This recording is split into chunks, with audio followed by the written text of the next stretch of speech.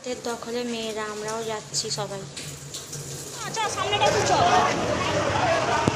আমরা ঢুকে যাবো বাড়ি। আমরা এইটাতে যেতে যেতে বাড়ি ওখানে চলে যাবো। এখানটা ঢুকে যাবো চল।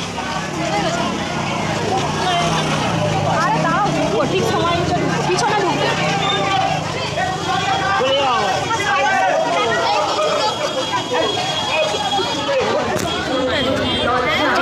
পাশে দাঁড়িয়ে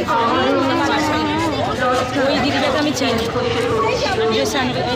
হোয়াইট কালারে এ পরে হাতে মোবাইল নিয়ে ওই জেঠুটার মেয়ে।